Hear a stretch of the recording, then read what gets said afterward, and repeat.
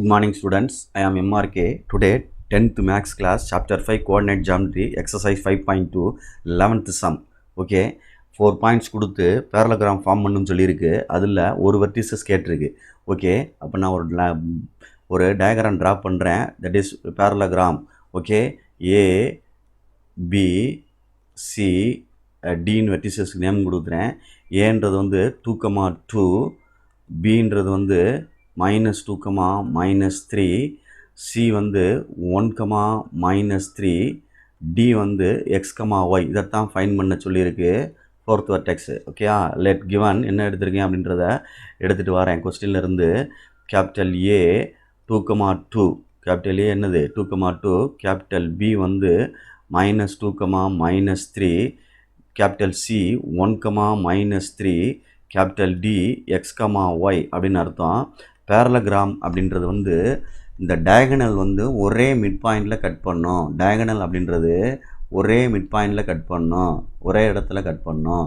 அதாவது mid point of AD, mid point of AC, mid point of என்னது AC equal to, இந்த concept வச்சு தான் செய்யணும். Okay students, mid point of AC equal to AC equal to mid point of BD, இந்த diagonal. சரிங்களா சொல்கிறது? Mid point formula போட்டோம்னா ரெண்டையும் கூட்டி 2ஆல் வகுக்கணும்னு சொல்லுவோம்ல. x1 + x2/2, x1 + x2/2,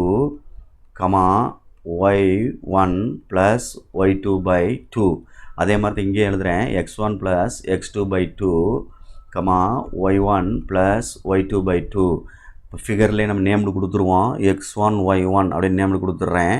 அதே மாதிரி தான் x2 y2 நேம் பண்ணிட்டேன். அதே மாதிரி இங்கே பிக்கு x1 y1 அப்படின்னு நேம் பண்ணுறேன். இதுக்கு வந்து x2 y2 நேம் பண்ணிவிட்டு அப்படியே வேணால் எழுதிக்குவோம். Okay students, good.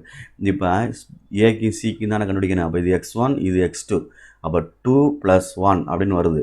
2 + 1/2. கேர்ஃபுல்லாக படிச்சுக்க, 5 மார்க் சம்மு, ஈஸியான சம்மு. இது 2 y1, அங்கே y2 வந்து -3 இருக்குது. அப்போ 2 - 3 / 2. கேர்ஃபுல்லாக படிச்சுக்கோ. ஈக்குவல் டு பொறுமையாக நிதானமாக இது பண்ணிக்க. ஈக்குவல் டு என்ன இருக்குதுன்னு பாரு. அது என்ன இருக்குது? மிட் பாயிண்ட் ஆஃப் பிடி, இது ரெண்டும் -2 + x அப்படின்னு அர்த்தம். எக்ஸுக்கு உள்ளது -2 + x, அதாவது x2க்கு பதிலாக x/2. இங்கே நேம் பண்ணுறேன்னா பண்ணிக்கோ. இந்த இடத்துல டின்ற டெக்ஸுக்கு நேம் கொடுக்குறேன்னா கொடுத்துக்கோ. அந்த இடத்துல x2 y2 எப்படி வந்துச்சு திரும்பி முழிக்காமல். ரைட்டா? சரி, ரைட். y1 -3 + y/2 அப்படின்னு கொடுத்துக்க. ரைட்டு. இப்போ இதை என்ன எழுதிடலாம்? 3/2ன்னு எழுதிடலாம். -1/2ன்னு சிம்பிளிஃபை பண்ணிடலாம். இதை சிம்பிளிஃபை பண்ண முடியாது, அப்படியே வச்சுக்கோ. அப்போ -2 + x/2, -3 + y/2. நான் எவ்வொரு இதையும் எக்ஸையும் ஈக்குவல் பண்ண போகிறேன்.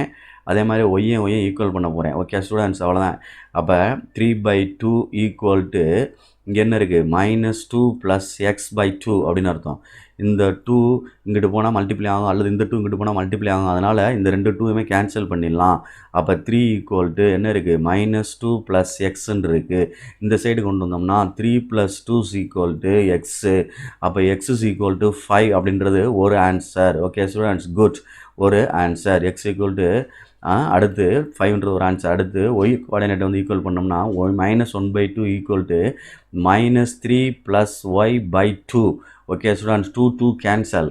அப்போ -1 equal to 3 + y, -3 + y. Okay students, -3 அங்கிட்டு போச்சுன்னா +3 ஈக்குவல் டு y அப்படின்னு அர்த்தம். அப்போ y ஈக்குவல்டுன்னு நம்ம எடுத்தோம்னா என்ன வந்துடும்? +2 ஆன்சரில் வந்துடும். Therefore fourth vertex D of அப்படின்னு அர்த்தம். x, yன்னு கொடுத்துருக்கு. அதைத்தான் நான் ஃபைன் பண்ணியிருக்கேன். D ஆஃப் x 5, y வந்து என்னது 2. Okay students, hence answer verify பண்ணிவிட்டு கரெக்ட் பண்ணிட்டேன். இப்போ நீ என்ன இந்த கான்செப்டில் என்னென்னா, இந்த பேரலோகிராமுக்கு டயகனல்ஸுடைய மிட் பாயிண்ட் ஈக்குவல், அப்படின்னு அர்த்தம். கட் பண்ணுற இடம் ஒரே இடத்துல தான் கட் பண்ணணும். அதுதான் இங்கே நான் கண்டுபிடிச்சி செஞ்சுருக்கேன். Okay students, thank you.